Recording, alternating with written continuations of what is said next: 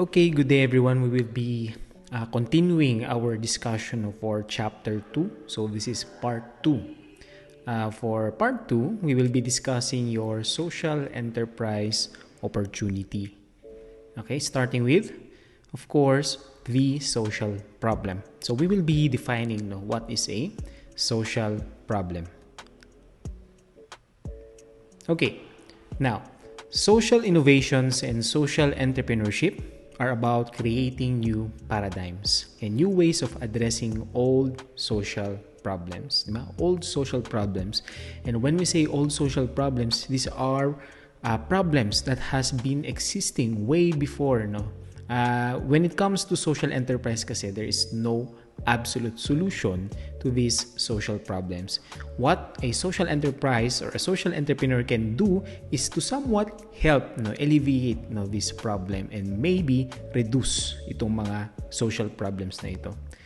Social innovations has to do with impact and it has to do with scale. And when we say impact, there would be now a change on the status of the lives of those beneficiaries. And of course, when we say scale, hindi lang siya sa isang tao. As much as possible, we could help a wider range of people or a community or communities. Diba? Mas malawak dapat ang ating na tutulungan. Now, these are new ways of seeing problems as opportunities, of seeing how to look at the same problem from a different perspective and bringing light to a solution that may be right under our nose. That's why we need to be innovative when creating these social solutions to social problems. Kasi sometimes we can think of a good solution that has not been being promoted dati. But this is a new solution to combat this social problem. Bringing light to a solution that may be right there under our nose, only that we could not see it. Another good thing, if we have more social entrepreneurs, diba? More minds, more solutions. Diba? And chances are, one solution from many social entrepreneurs would be the best solution to solve that social problem. Now, when it comes to problems, we need to look at the problems not as something that is impossible to address. Okay? Kasi if we see it that the social problem is impossible, but chances are we would not make any solution. We must think that all problems has a solution, but as something that we can accomplish in the next 5 or 10 years. Now, it's a long-term solution. There is no solution that can solve a social problem overnight. Usually, it would take time. Kaya sabi dito, it would be maybe the next 5 or 10 years. Every single social problem should be an opportunity. Diba? In your opportunity seeking, diba, we see everything as an opportunity. Here naman, the social problem is our opportunity to create a social enterprise. And we know this because there are social entrepreneurs working on every identified social issue already in the successful way. Diba? Social entrepreneurship has been proven to have an impact in the society, in communities, and even in the environment. Okay? So, creative and innovative solutions to existing problem. Again, this is the goal as a social entrepreneur. We need to create that solution. Okay? And we must innovate. Which is something na lagi nating naririnig in all of your subjects here in entrepreneurship. Even here, we must do creative solutions.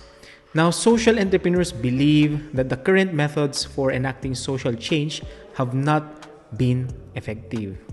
That's why social entrepreneurs are continuously seeking new ideas, opportunities, and even developing technologies that might help these long-standing social problems. Okay? There would not be a social solution that could solve that problem at an instant, but a solution that could alleviate the troubles or the problems being caused by these social problems. Okay? Yan, it's a long-standing social problems. A solution that we can do in the next 5 or 10 years.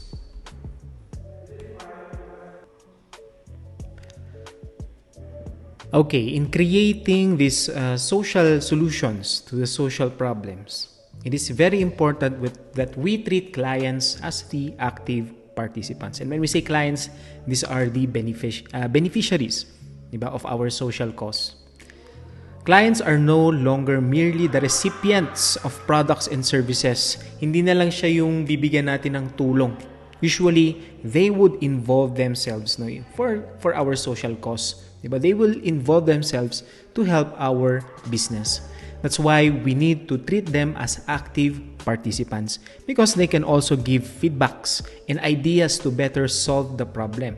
Bakit? Kasi they are experiencing the problem themselves. That's why their inputs is very important.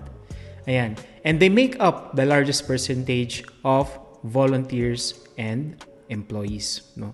There are some social enterprises that they hire yung beneficiaries as their employees. Diba? Maybe, for example, yung fast food natin, mga fast food companies such as Jollibee and McDonald's, one of their beneficiaries, diba, is yung elderly people or yung mga people with disabilities, yung mga PWD. One way that they can help these people is to provide them employment. Kaya nakikita nyo minsan, diba, we have our PWDs and elderlies na sila mismo yung nagsiserve sa mga customers. They are now being treated as an active participant for the cause of that company, for the cause of that social enterprise. And I think it's a good strategy on the part of the social enterprise. Di ba? Kasi you are also giving them, di ba, opportunities, di ba? When it comes to maybe giving financial resources for their family or even to give them yung professional experiences, di ba, that they can use if they want to apply in other companies. Ayan. So, we treat them as an active participant. Example, we have an example dito, the paper project, one of the good, if I may say, best social enterprises in the Philippines. Now, ang ginagawa ng paper project is they provide employment for Filipino women who are trying to escape from the profession of prostitution. Diba? They want to change their lives. Aside from being just a prostitute, they want to experience other work, yung mas marangal. So, the women create environmentally sound, locally sourced paper handicrafts such as greeting cards, and this would also have an impact environmentally, and sell them for a profit internationally. So they are trying to export their products around the world then. In addition to providing the women with employment, the paper project provides them with guidance in self-esteem. Ayan, they are counseling din sa mga kababaihan natin. Stress management, financial management, and of course, self-defense. One good thing na ginagawa ng the paper project is they are trying to show these women that there is a good life. There is a good life for them aside from just being a prostitute or having the profession na pagiging prostitute. Diba? Ayan. Again, this is a social enterprise that treating their beneficiaries as an active participant for their cause. Ayan. So let's say you want to start na your social enterprise. So what are the things you need to do or the things you need to prepare? Okay? Ayan. So, if an entrepreneur got an idea that she thinks could make the world a better place, at the same time, make some money. Kasi di ba, even if I always say that the secondary objective is the financial or the profitability of the company, it is still needed for a social enterprise in order to operate and eventually grow. Okay? The next question would be how to turn that idea into a real business, because a social enterprise is still a business. Okay, number 1 is to do your homework. Okay? Ano ba yung homework natin? Opening a social enterprise is no joke. Before you venture out, we need to do a lot of research. Okay? An entrepreneur must be prepared as possible. So you have to ask yourself if you want to be a social entrepreneur. Sino ba ang gusto kong tulungan? How could I make an impact in the society? How could I make an impact in the environment? And how could I do this? No? What are the resources I need? Diba? Is the industry na papasukan ko a good industry to put up a business in? Ayan, those are the things that you need to do or to research before you start your social enterprise. Again, number 1 is to always do your homework. Okay, how about the second step? You need to figure out your market. Okay?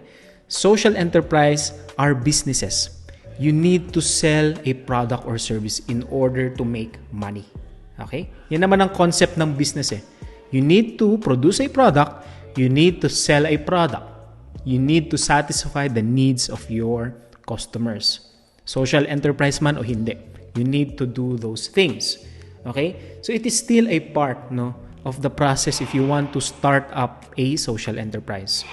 Now, you can have all of the passion in the world to tackle a social issue.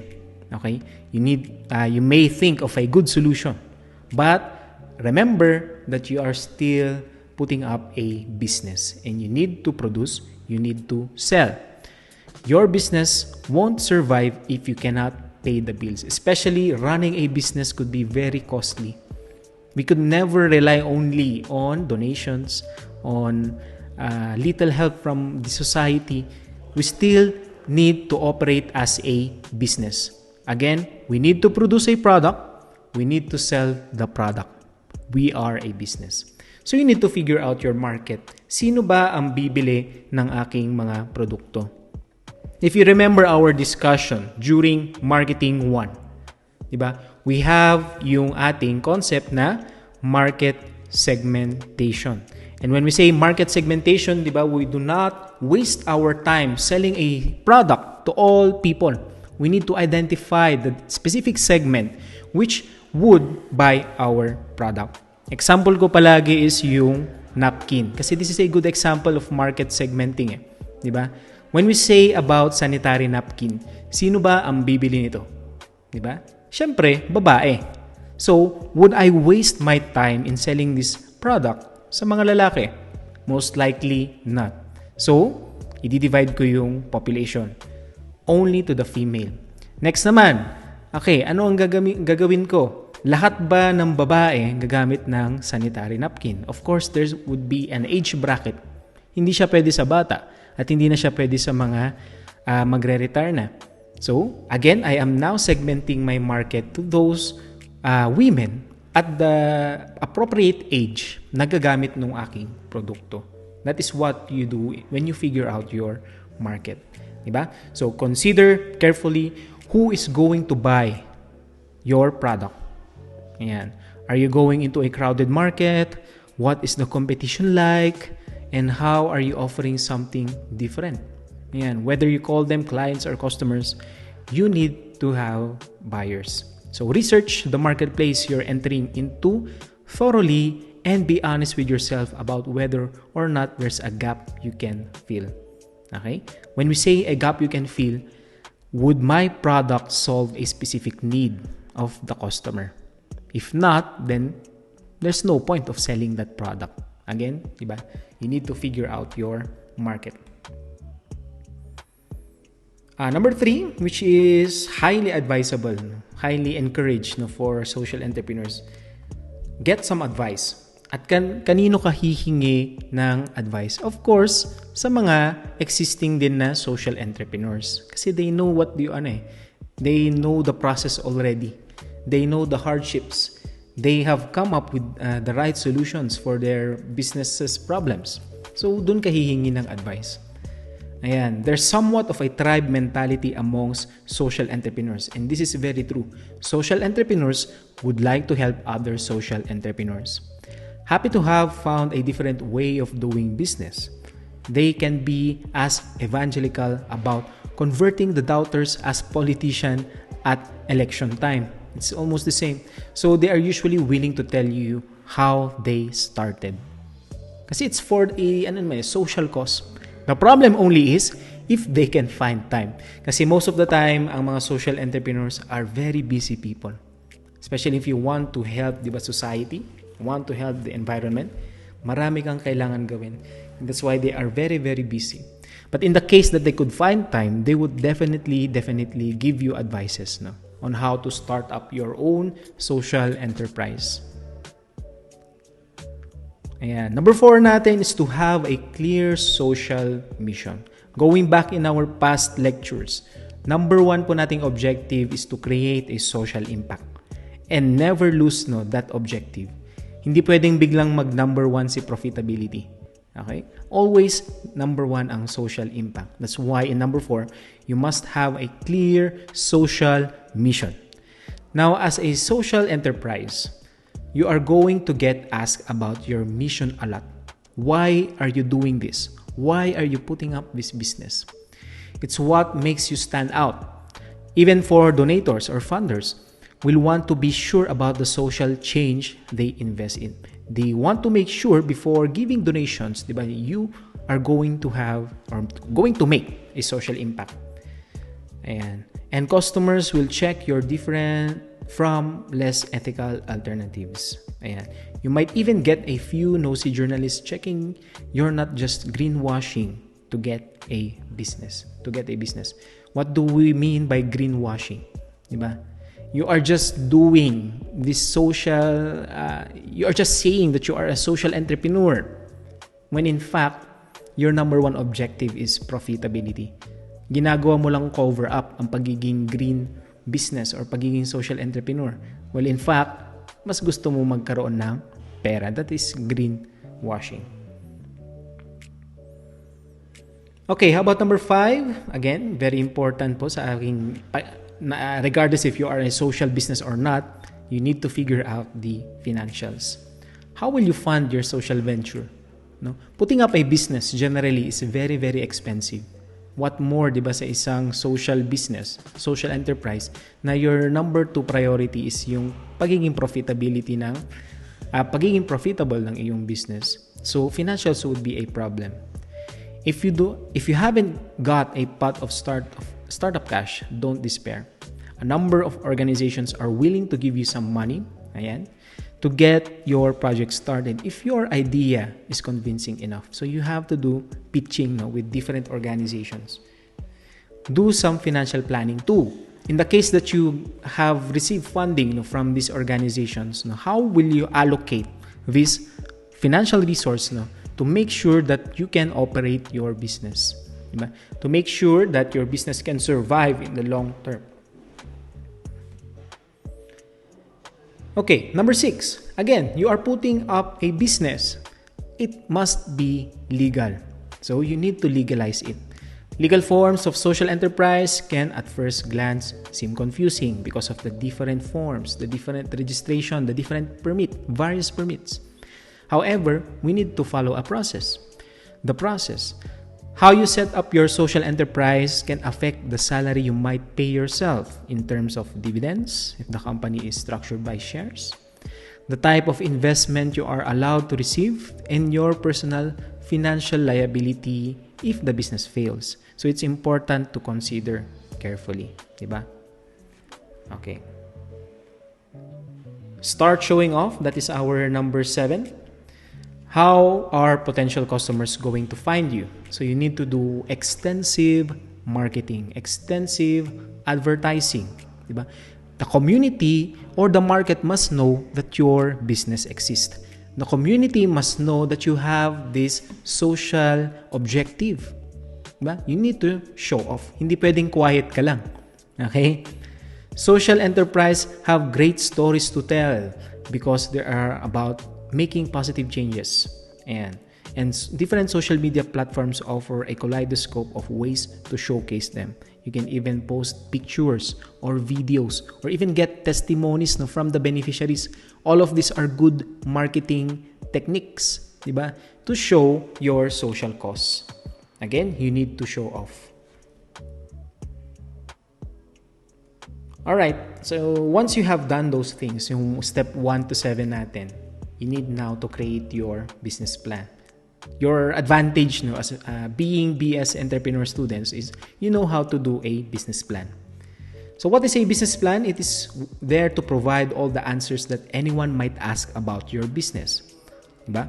From the structure of your financials, from the structure of your production, diba? How will you produce your products, from the costing of your products, from your marketing strategies, diba? From your profitability forecast in the next 5 or 10 years. Everything is in your business plan.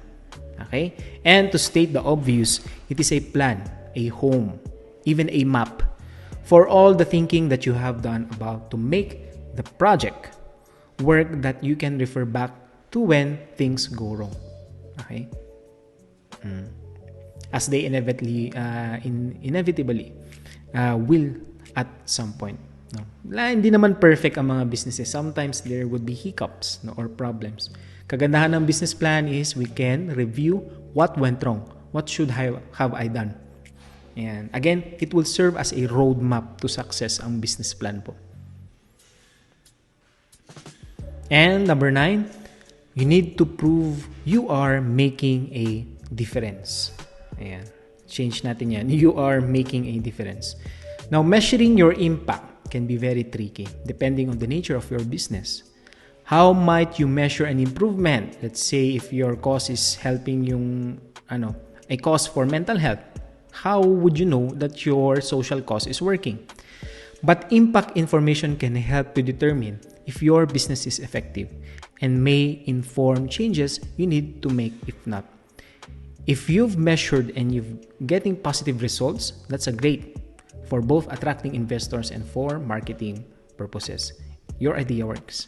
Question: how would you know if you are having an impact in society? Sino ang magsasabi nun? Of course, the beneficiaries. Diba? They would know if there would be a change in their life. Kung nagbago ba yung buhay nila. Nung nag-start ka ng social enterprise, sila po ang magsasabi if you are making an impact. Ayan. So, that is the end of our part 2 ng ating chapter 2. So, thank you for watching.